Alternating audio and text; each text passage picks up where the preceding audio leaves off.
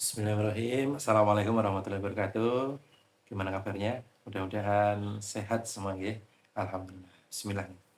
Auzubillahi minasyaitonirrajim. Bismillahirrahmanirrahim. Kita lanjutkan lagi eh, masih di surat Al-Fatihah, sekarang halaman 37.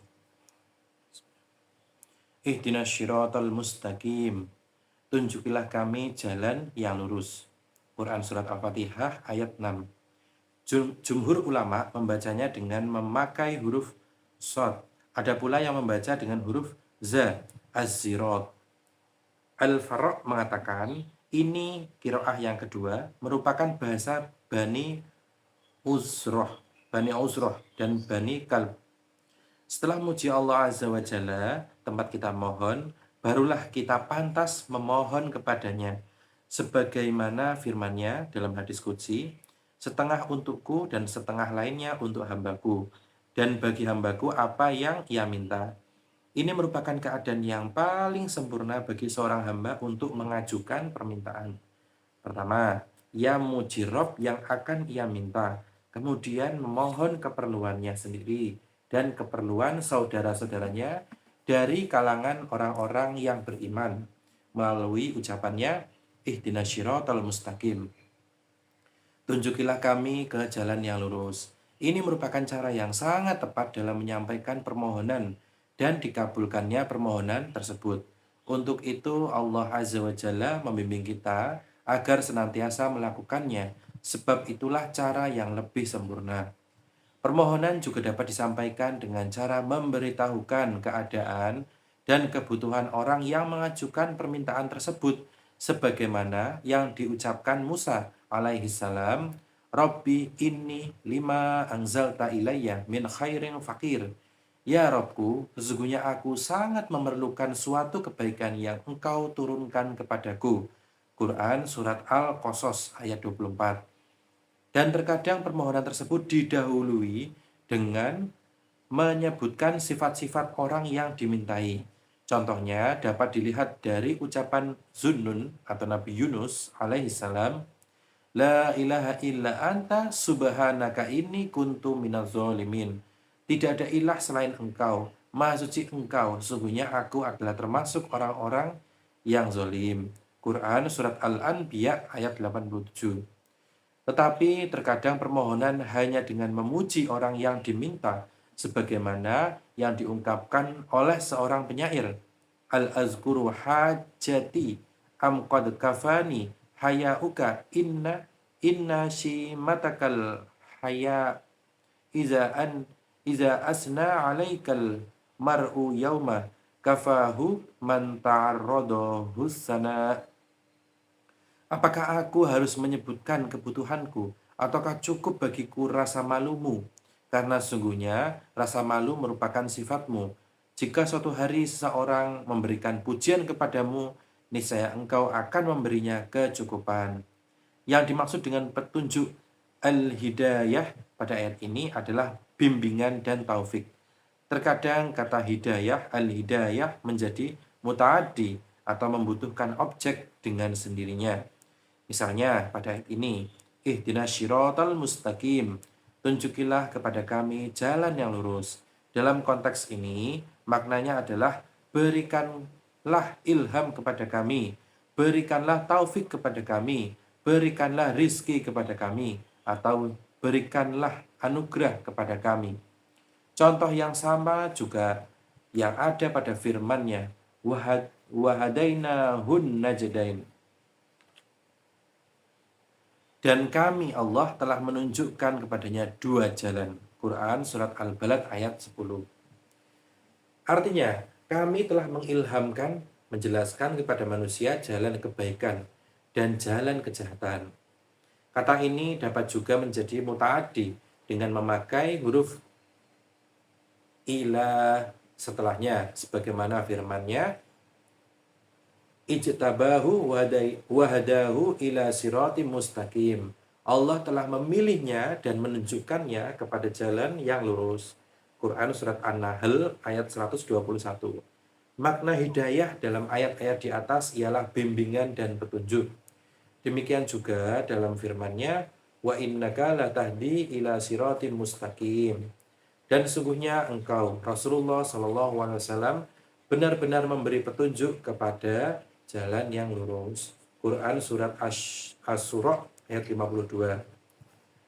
Terkadang kata al-hidayah menjadi mutaaddi dengan memakai huruf lam sebagaimana yang diucapkan oleh para penghuni jannah.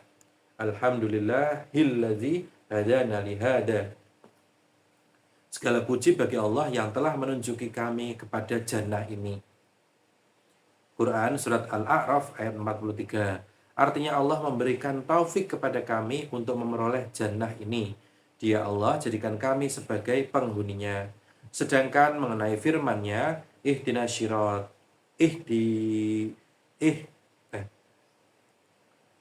asy-syiratal mustaqim. Imam Abu Ja'far bin Jarir mengatakan seluruh ulama tafsir sepakat bahwa makna as-siratal mustaqim itu adalah jalan yang terang dan lurus.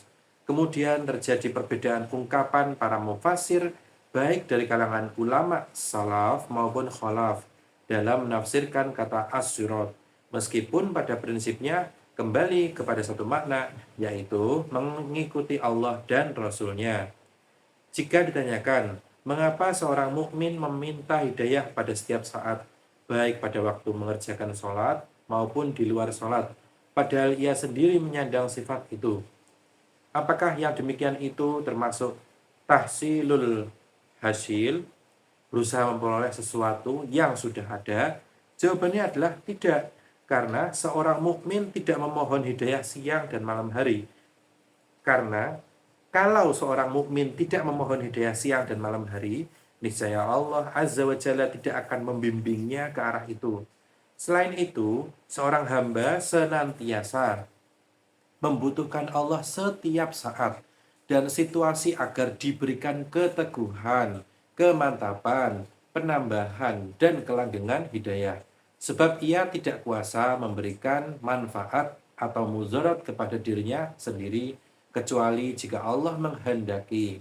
Oleh karena itu, Allah Azza wa Jalla selalu membimbingnya untuk senantiasa memohon agar dia Allah memberikan pertolongan, keteguhan, dan taufik kepadanya.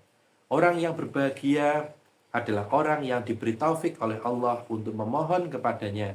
Sebab Allah telah menjamin akan mengabulkan permohonan seorang jika ia memohon kepadanya.